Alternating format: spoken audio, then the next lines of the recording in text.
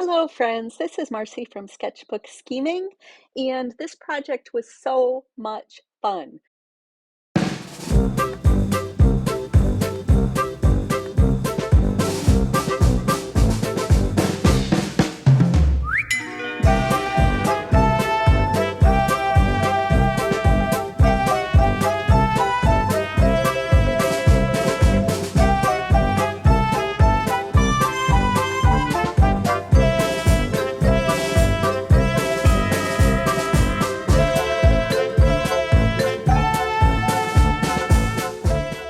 I made 6 different characters in 6 different environments, and you can flip through the book and mix them up to your heart's content.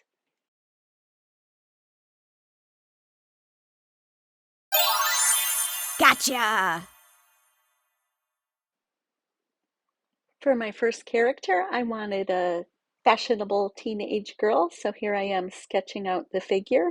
I used a mannequin for the proportions, and then I scaled them up to the size of my sketchbook.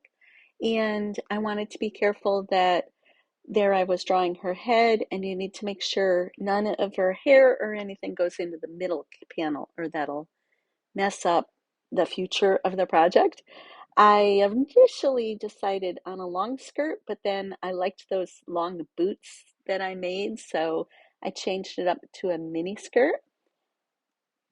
And for her background, I made a very general suburban street. I guess I kind of messed up making backgrounds because the backgrounds won't really make sense once you do the combos. But I did want colorful illustrations, so I don't really mind about that.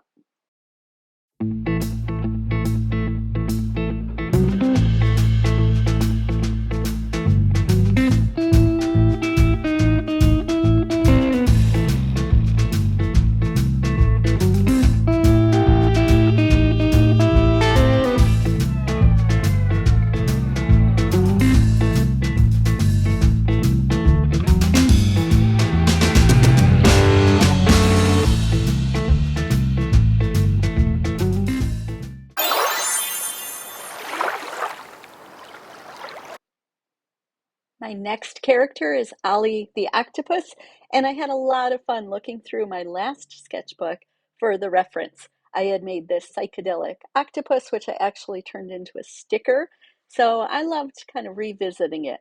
I needed to make sure, though, that 6 of his arms were in the middle panel, and then the other 2 were his legs in the lower panel. I first imagined putting the long boots on him, but that made no sense because my human is wearing the long boots. So I changed it up into his last 2 octopus legs. I really had fun making like the curly cues on the arms, and I just love octopuses in general. They're so cool looking. The tentacles are so cool looking, and it's fascinating to hear about all the different intelligent things they can do. So I was really glad to use an octopus as one of my characters. The background, I did just some general sea waves, and I end up adding a fish and this like sea plant. The sea plant, you'll see later, gets kind of cut off by the border, but it still gives a little pop of bright color that I liked.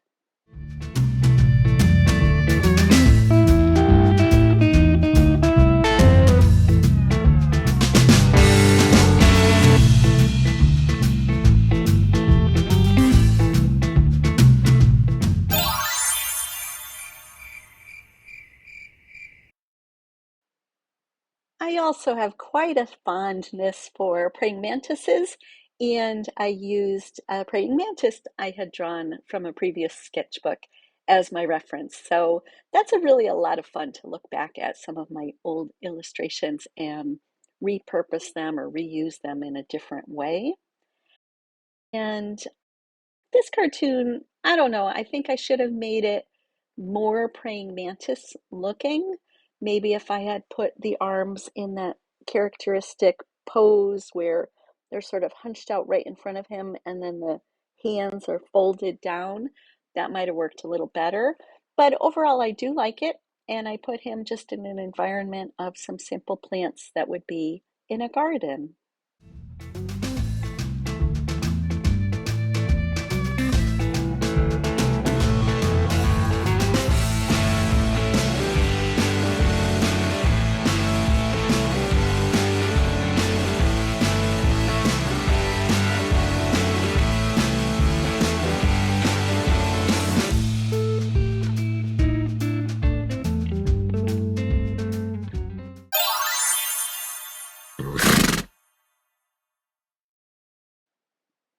Here is Ginger the giraffe. She is all that, and she knows it.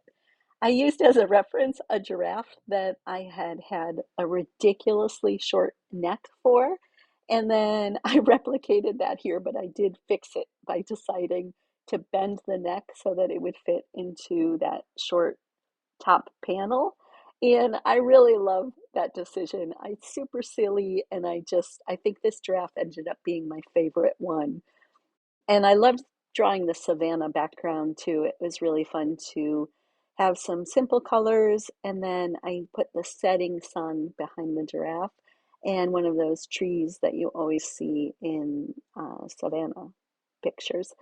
I've never been to sub-Saharan Africa. I have been to Morocco, but I would love to go on a photo safari someday. And anytime I see pictures of this type of landscape or the animals that live there, my heart just swoons. So this was a lot of fun to put together.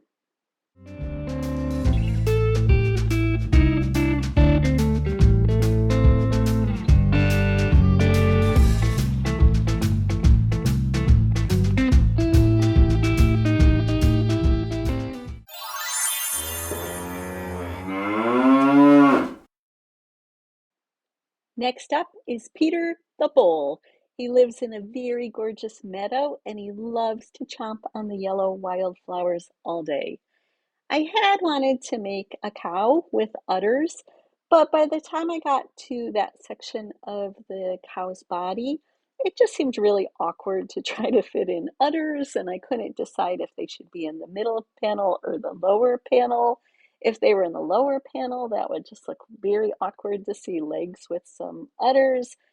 So Peter is a bull.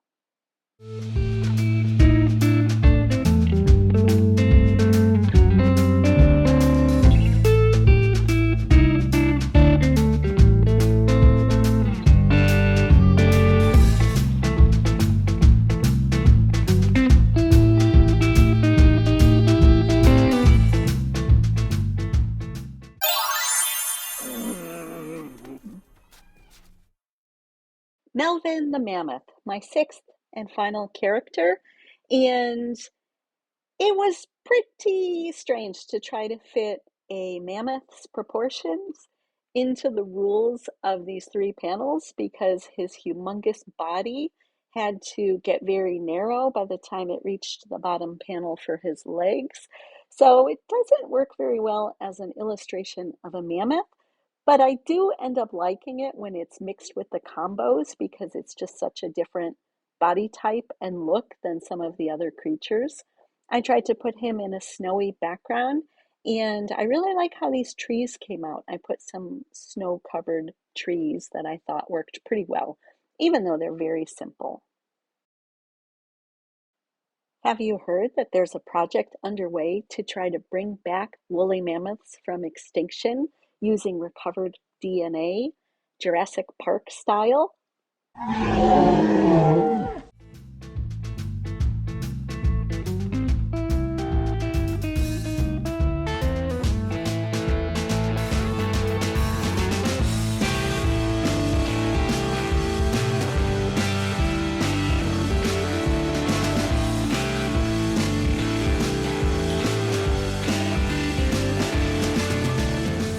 Here are my six finished illustrations, and then I needed to cut them up into the three panels.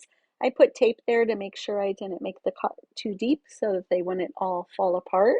And then I folded them and stapled them together, and voila, I have a six character flipbook.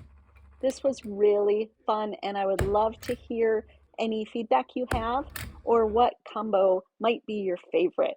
I think my favorite combo is giraffe head, octopus torso, and mammoth legs. Thanks so much for watching this. Please let me know what you thought or give it a like if you liked it. This flipbook will become part of my 5th sketchbook, which I am almost finished with, so I'll be doing another sketchbook tour very soon. Take care.